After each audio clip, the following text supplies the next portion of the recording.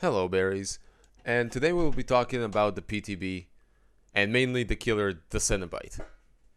Now, I played as this killer and against this killer in custom matches. Finding a public match in the PTB is nearly impossible, but we tried to measure this killer, and I am quite disappointed with the outcome.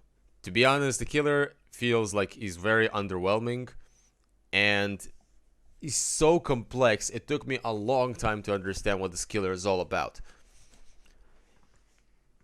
Now, behavior will most likely tweak his numbers and adjust them before he comes out to the live servers, but even after they do so, I think this killer will not be any higher than tier D or tier C or anything like that. Now, this killer mostly his power relies in slowing down a survivor in a jungle gym in order to nail a basic attack hit. Sort of like Freddy Krueger or a clown would do. Now, his ability is that he chooses a spot on a map, somewhere like 11 meters here or there, where he unleashes a chain. At that given location, a chain comes and snares a survivor and slows them down. The problem when I compare the Cenobite to Clown or Freddy is that when he uses this ability to slow down a survivor, he himself is incapable of moving. So the survivor can just keep covering ground and gaining distance even when he's slowed down, while the Cenobite is only regaining consciousness and has to catch up that humongous distance.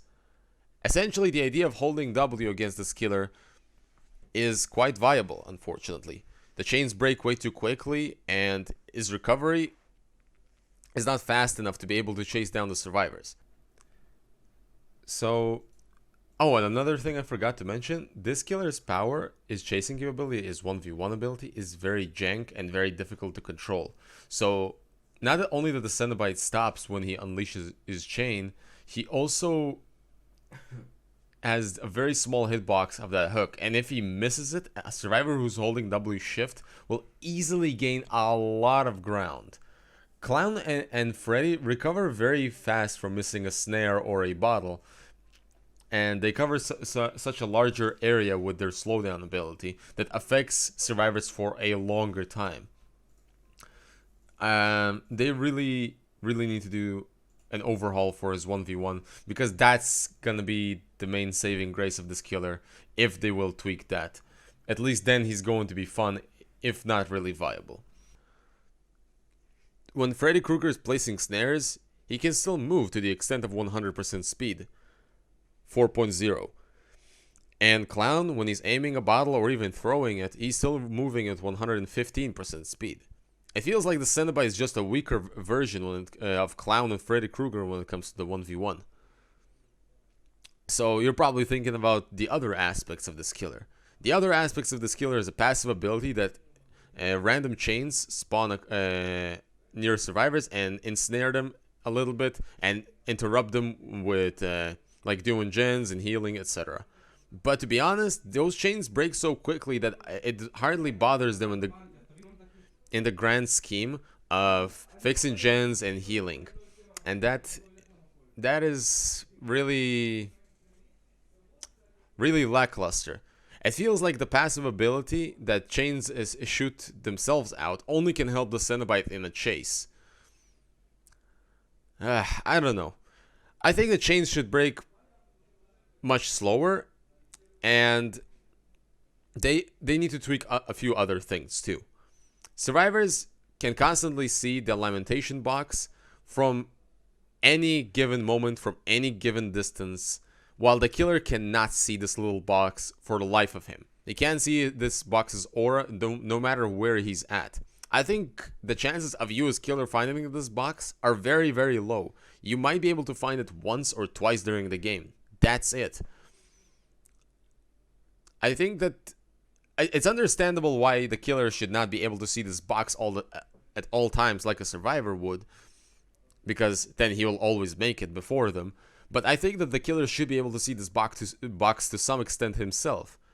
Maybe if he's 16 meters around the box's radius, the Cenobite should be able to see said box, so he can actually trigger its abilities against the survivors a bit more frequently. You might want to, like, for example, leave a chase with someone, abandon the 1v1 in order to cause some damage 1v4, you know?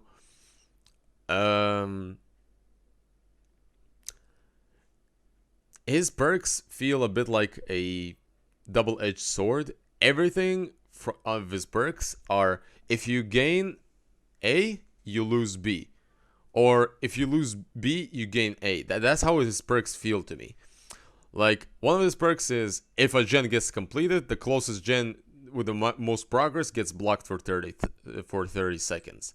So it's a gen protection perk that requires you to lose a gen. It feels weird. You don't want to lose gens to begin with. So that's why we have perks like Corrupt, and we got perks like Ruin, and we got perks like Pop Goes and whatnot. Like, it feels like this perk might only interrupt the killer to some extent. Then there is a perk that is a hex, but it only is assigned one hex totem per survivor, so it's very weird to me. And the survivor can also see the hex's auras from a range of 16 meters. I don't know. It just feels like a very easy way to lose your totems. As if those totems were not in a shitty spot to begin with in this game. The perks seem very gimmicky and weird.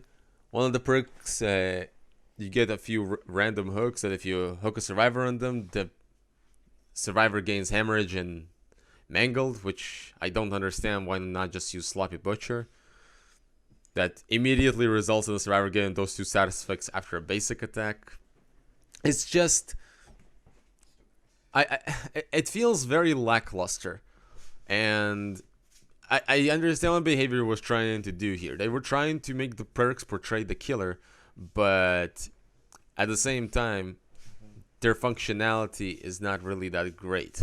What else can I say about this killer? Make the chains break slower, see the box at least from a range of 16 meters as the killer, to be able to cause a bit 1v4 damage. Or better yet, have a cooldown that the Cenobite can use this box, like it spawns on him once every, like, maybe 2 minutes, like Dr. Static Blast.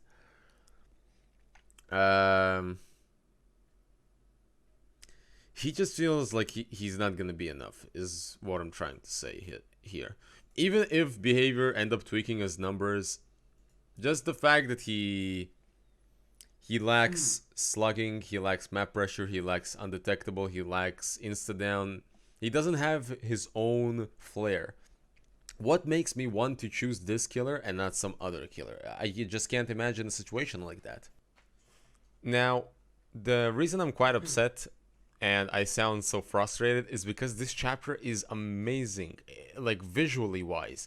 This killer has a very unique locker grab animation, a very unique pickup animation, a very cool Mori.